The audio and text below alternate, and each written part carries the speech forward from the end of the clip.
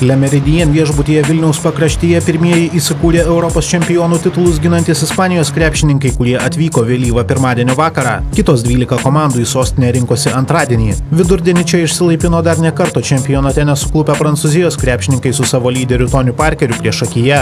Prancūzų ir lietuvių keliai susikirs Vilniuje. Netrukus iš Alytaus atskubėjo nemaža pirmenybių staigmena tapę suomiai. Juos pasivijo Turkijos krepšininkai, kurie pirmajame etape Panevėžyje vienu metu buvo atsidūrę ant prarajos krašto. Neskaitant kiek subjūrusio oro, viskas yra neblogai. Pirmajame etape Panevėžyje nežaidėme labai gerai, tačiau galiausiai reabilitavomės mače su Ispanija ir atvykome čia pasitikėdami savo jėgomis. Svarbiausia buvo atvykti čia. Turime įskaitinį tašką, kuris mums padės kaunantis antrajame etape. Tikimės čia pademonstruoti geresnį žaidimą ir išsikovoti vietą čempionato ketvirtfinalyje.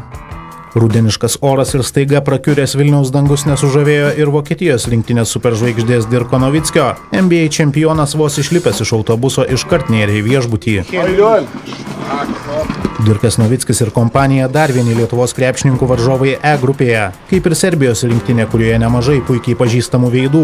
Buvęs žalgirietis Bobanas Marjanovičius, Vilniaus Lietuvos Ryto įžaidėjas Aleksandras Rasičius. Lietuvos rinktinė su Serbijos nacionalinė komanda į kovą stos jau šį trečiadienį. Kęstučio Kemzūros kariauna apsigyveno atskirai nuo būsimų varžovų. Rinktinės namais tapo Balatono viešbutis ramiame Žvėryno mikrorajone. Ne vienam čempionate šeimininkai gyvena atskirai. Yra keletas tokių paprastų labai aiškių priežasčių. Tai visų pirma, pradėkime nuo to, kad Vilone 12 komandų sutalpinti jau buvo nelabai įmanoma. Tai pirma priežastis. Antra priežastis, žaidžiam namuose, tai šeimininkam šiaip turėtų būti įmanoma, kaip įmanoma geresnės sąlygos sudarytos. Tai kam grūstis ten gyvenant po 2 kambaryje, jeigu dabar Balatono viešbutyje turi puikias sąlygas, gyvena po vieną, turi daugiau erdvės. Dar kita priežastis yra ta, kad turi konferencijų salę peržiūrom visas 24 valandas. Tau nereikia derintis prie to, ar jau pabaigė ten kokie nors turkai ir kada ateis vokiečiai. Keli krepšininkai į viešbutį atvyko dar pirmadienio vakarą, kiti rinkosi antradienį. Vakar kai kurie jo, bet šiandien visiems pietų turi. Tai išsimiegojo visi? Tai aišku, toks oras, tai tik miego. Lietuvos rinktinės kapitoną Robertą Jevtoką į viešbutį popietę atvežė žmona Vilma.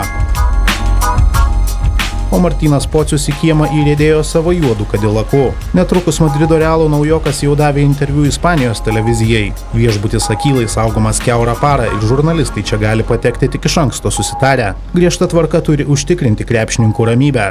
Reporteris Donatas Grybauskas, Vilnius.